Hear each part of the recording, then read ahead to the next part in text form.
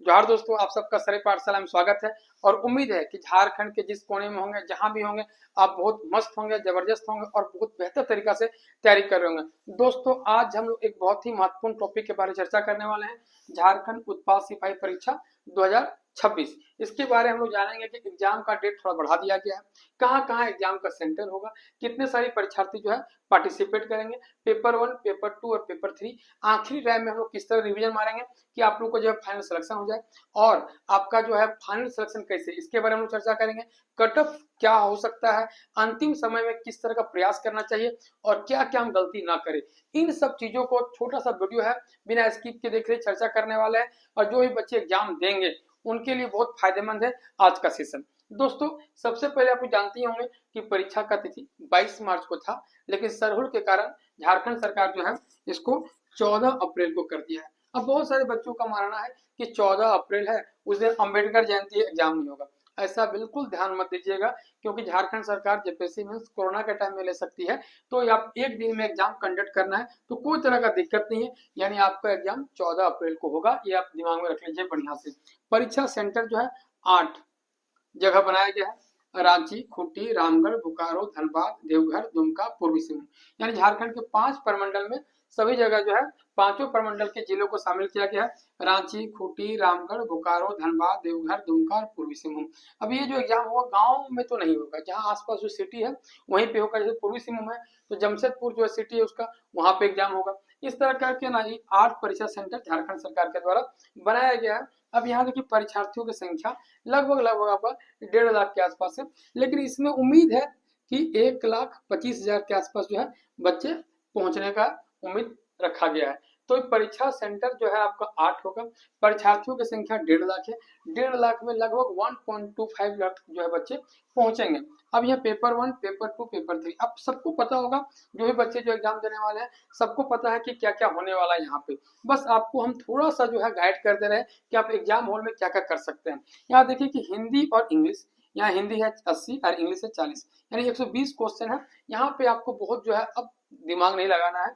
हो सकता है यदि आप सेट मार लिए होंगे तो उसको थोड़ा थोड़ा जहां मारे हैं और टिक आउट करके जो रखे हैं उसको थोड़ा मल्टीपल आप रिवीजन मार लीजिए, ताकि आपको यहाँ पे दिमाग नहीं लगाना है। या थोड़ा ग्रामेटिकल जो है ना, ग्रामर वाला पोर्शन हिंदी का या इंग्लिश का थोड़ा सा पढ़ लीजिएगा ना, तो वहाँ पे क्या होगा कि अच्छा रहेगा। आप देखे होंगे जो सीजीएल का एग्जाम हुआ अभी रिसेंटली, जिसमें लोगों को ज्वाइनिंग करवा दिया, उसका आप देखे होंगे हिंदी और इंग्लिश बहुत थोड़ा सा अलग लेवल का दे दिया था, वो टफ था। तो कभी कभी क्या करता है ना कि एग्जाम हॉल में क्या होता है कि पेपर 1 जो क्वालिफाइंग होता है वही क्वेश्चन टफ सेट कर दिया जाता है, ताकि जो है बहुत सारे बच्चे जो है आगे पहुंच ही नहीं पाए। अब जो यहाँ क्वालिफाई आप नहीं कीजिएगा तो पेपर 2 और पेपर 3 का जो है आपका कॉपी चेक ही नहीं होगा, ये यहाँ पे आपका जो है फाइनल सिलेक्शन होगा ही नहीं। ये सिर्फ क्या है, एक गेट है जिसको तोड़ के आपको आगे बढ़ना है। इसका जो है नंबर आपका स्कोरिंग में ऐड नहीं होगा, लेकिन ये आपको पास करना है। हिंदी इंग्लिश आपको क्वालिफाई करना है, यहाँ फेल नहीं कर सकते आप।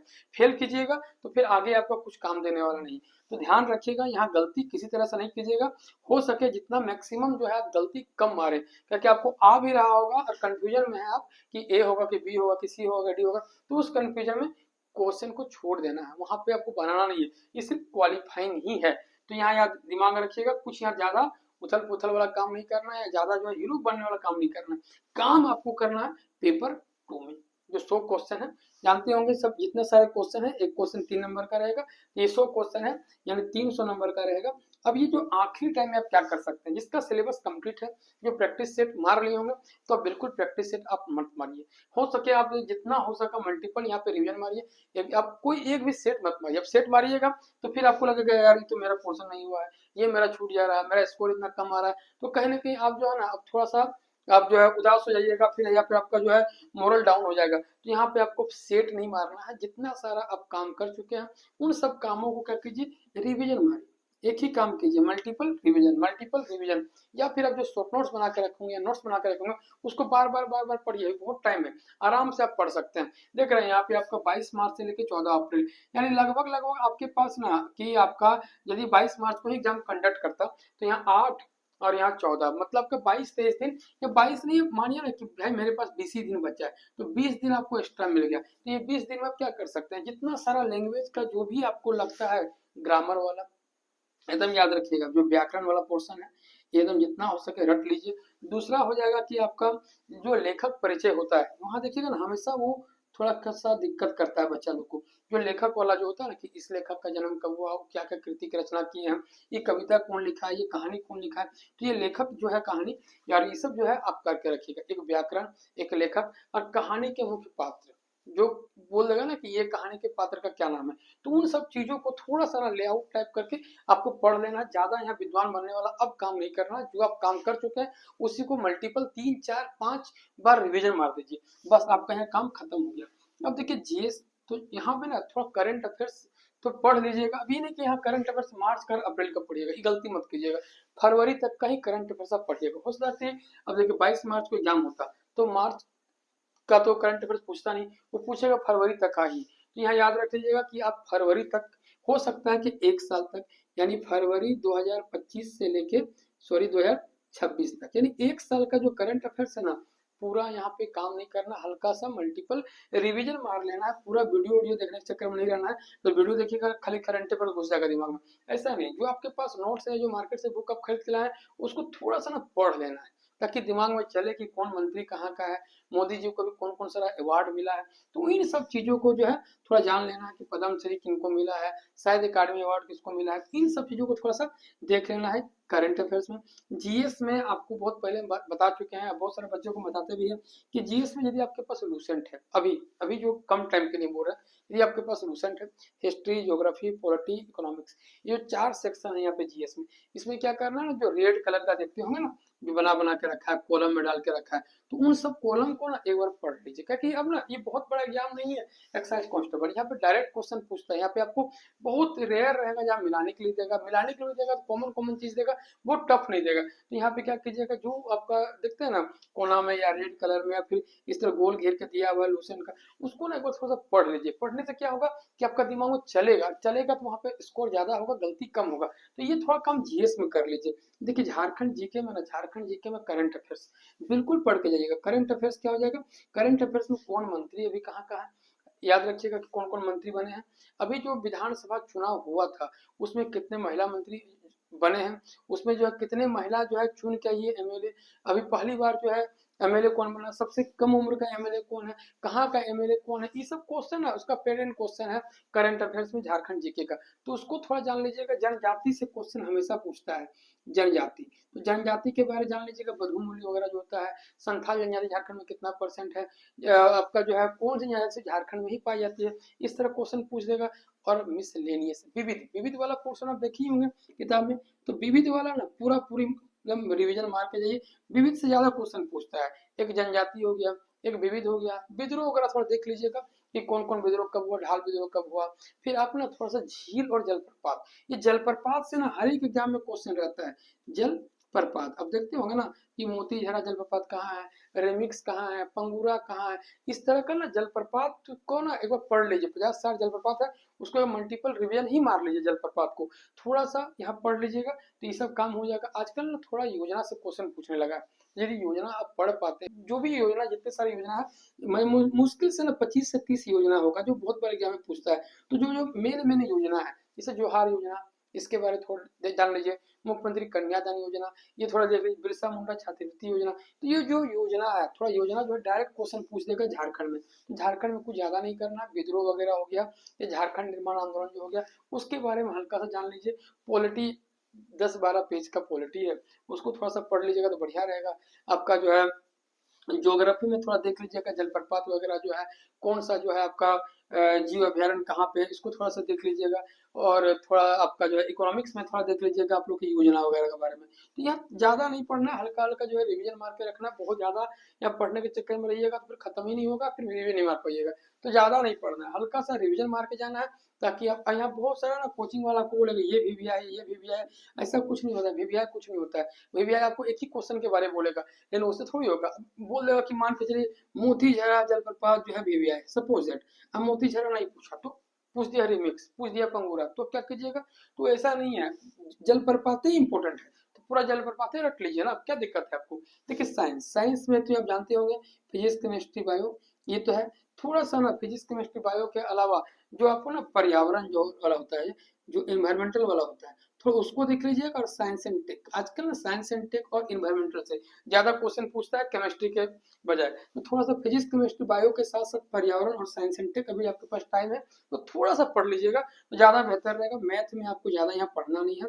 मैथ में जितना सारा फार्मूला वगैरह याद कर लीजिए, जो आप भूल रहे थे जैसे कंपाउंड इंटरेस्ट का, सिंपल इंटरेस्ट का, थोड़ा सा देख लीजिएगा। नाउ एंड बोर्ड का जो होता है ना, ट्रेन बोर्ड का, वो सब थोड़ा देख लीजिएगा। तो संख्या से जो क्वेश्चन होता है वो सब पूछता है, परसेंटेज वगैरह। या मैथ का वेटेज बहुत ज्यादा नहीं है इसलिए मैथ में ज्यादा फोकस नहीं करना। तो लेकिन हाँ, यदि आप 10 का 10 मैथ बनाते हैं तो आपका स्कोर कहीं ना कहीं ऊपर हो जाएगा बहुत ज्यादा और लोग बच्चों से। तो यहाँ याद रहेगा ना, यहाँ 40 क्वेश्चन जीएस में क्या करना है, झारखंड जी के, यहाँ पे 20 क्वेश्चन साइंस का, 10 क्वेश्चन, यानी 120 क्वेश्चन यहाँ पे।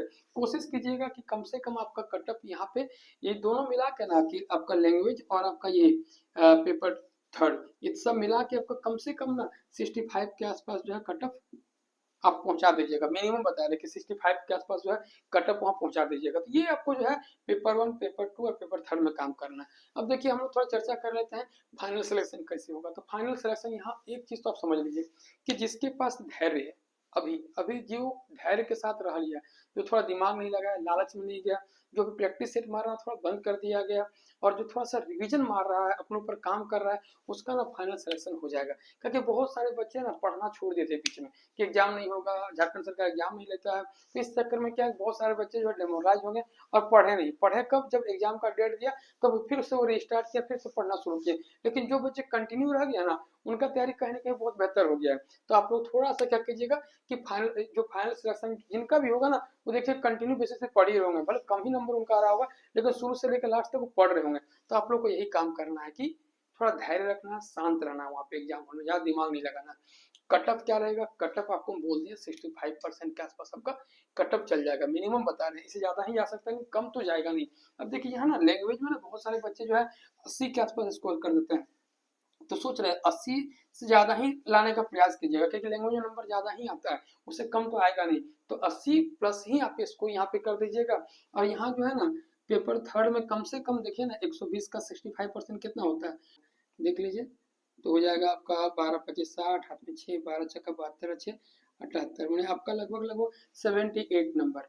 और यहाँ पे जो है 8 8 60, मतलब इतना नंबर आप ले आइएगा ना तो 160 के आसपास, तो आपका फाइनल सिलेक्शन 100% हो जाएगा। तो थोड़ा दिमाग में रखना है कि यहाँ 80 के आसपास और यहाँ 78 के आसपास, यदि इतना स्कोर आप कर दिए तो आपका जो है इस तरह जो है आपका फाइनल सिलेक्शन यहाँ पे होने का चांसेस 100% है। अब अगला है कि अंतिम समय में कैसा हो प्रयास। अंतिम समय बहुत ही मायने रखता है कोई भी युद्ध लड़ने के लिए। अब कोई भी युद्ध लड़ रहे हैं और वहां यदि आखिरी समय में कुछ गलती करते हैं तो वो गलतियां ना आपको हमेशा जीवन में याद रहेगा कि यार मेरा 1 नंबर से फाइनल नहीं हुआ था, हम यहाँ पे ये गलती कर दिए थे। तो अब यहाँ थोड़ा सा भी गलती ना, थोड़ा सा भी चूक जो है आपको नुकसानदेह है। जैसे अभी आईपीएल होने वाला है, अब आपका दिमाग आईपीएल में चल रहा होगा। अभी जैसे आपका बहुत सारे दोस्त लोग का शादी होगा, आपका दिमाग वहां चल रहा होगा। फिर बहुत सारा चीज में आप यहाँ इन्वेस्ट कर रहे होंगे, शॉर्ट्स देख रहे होंगे, वीडियोस देख रहे होंगे। बिल्कुल नहीं करना है, अभी शांति से कोना पकड़ के पढ़ना है, कौन क्या बोल रहा है नहीं बोल रहा है, कौन कोचिंग वाला क्या बोल रहा है, हम क्या बोल रहे हैं, ये सब सिर्फ हम लोग का ओपिनियन है। लेकिन फाइनली आपको अपना काम करना है और आपका काम यही होना चाहिए कि जितना हो सके बुक्स के साथ आप जो है टाइम गुजारिए। शॉर्ट्स वीडियोज ये सब कम देखिए, इससे क्या होगा ना कि आप कंफ्यूजन में रहिएगा। आप अपने ऊपर काम कीजिए, ज्यादा आपके लिए फायदेमंद रहेगा। और क्या क्या गलती ना करें, सबसे पहले मेरा बात समझिए कि सेम डेट में एग्जाम देने नहीं जाइएगा। जिस दिन जैसे आपका मान कीजिए 14 अप्रैल को एग्जाम है, तो बहुत सारे बच्चे का जैसे अब बोकारो है, तो बोकारो से बहुत सारे बच्चे मान के चलिए कि यदि है आपका रांची सेंटर, तो बोकारो से रांची सेम डे में जाया सकता है। ऐसा नहीं कीजिएगा, एक दिन पहले जाइए। एक दिन पहले जाने से क्या होगा, आप थकेंगे कम, अब रात को सो जाइएगा, थकिएगा कम, आपका पूरा बॉडी जो है रिलैक्स मोड में रहेगा। तो जितना हो सके ना कि आप यदि आपको 25-30 किलोमीटर से थोड़ा दूर में है तो एक दिन पहले आप पहुंच जाइए एग्जाम सेंटर के पास और वहां रुकिए। इससे क्या होगा, आप शांत रहिएगा, थकिएगा कम, आपका दिमाग ज्यादा काम करेगा। तो एक दिन पहले आप पहुंचिए, ये आपको गलती ना करना कि सेम डे में जाना पहला। दूसरा है कि यहाँ मिलेगा आपको आंसर शीट, वो आंसर शीट में सब भरिएगा, आप किस कैटेगरी में आते हैं, ओबीसी, जनरल, एसटी, एससी, उसको ध्यान से भरिएगा। कहाँ पे एस करना है, कहाँ पे नो करना है वो देख लीजिएगा, साइन करना है उसको देख लीजिएगा, कहाँ कहाँ पे आपको गोल गोल घेरना है वो सब देख लीजिएगा। मतलब ये नहीं कि आपको टू के नीचे गोल घेरना था, अब 3 के नीचे गोल घेर दिए, तो ये भी गलती है। तो ध्यान से रखिएगा, एकदम आराम से भरिएगा, टाइम आपको भरपूर मिलता है, हड़बड़ी नहीं कीजिएगा। आंसर शीट आप सही से भरिएगा, आपका जो कहाँ साइन करना नहीं करना ये भी ध्यान रख लीजिएगा, और जो है आपका एग्जाम हॉल एक दिन पहले पहुंच जाइएगा। ये सब काम जो है करना है। और दूसरा कि अब यदि कंफ्यूजन में है, यदि ए और बी में कंफ्यूजन में है तो रिस्क ले लीजिए कि भाई ए मारे कि बी मारे, लेकिन ए बी और सी में आप कंफ्यूजन में है तो बिल्कुल उसको छोड़ दीजिए, क्वेश्चन को आगे बढ़ जाइए, स्किप कर दीजिए उसको। तो ये सब गलती आपको नहीं करना है एग्जाम हॉल में। तो इस आज का जो टॉपिक था, थोड़ा सा टॉपिक था एग्जाम के पॉइंट ऑफ व्यू से बहुत ही इंपॉर्टेंट था। यदि आपको अच्छा लगा तो वीडियो को लाइक और शेयर जरूर करें, और कमेंट करना बिल्कुल ना भूलें। दोस्तों यदि आप लोग नए हैं तो चैनल को सब्सक्राइब कर रखिएगा कि इस तरह का महत्वपूर्ण और इंपॉर्टेंट टॉपिक आपको मिलता रहेगा। जब तक आपका फाइनल सिलेक्शन नहीं है तब तक हम आपके साथ खड़ा रहेंगे, और उम्मीद करेंगे जितना मेरे पास एक्सपीरियंस है आपके पास जो है लाने का प्रयास करेंगे। दोस्तों फिर मिलते हैं एक इंपॉर्टेंट वीडियो के साथ, तब तक के लिए सबको जोहार।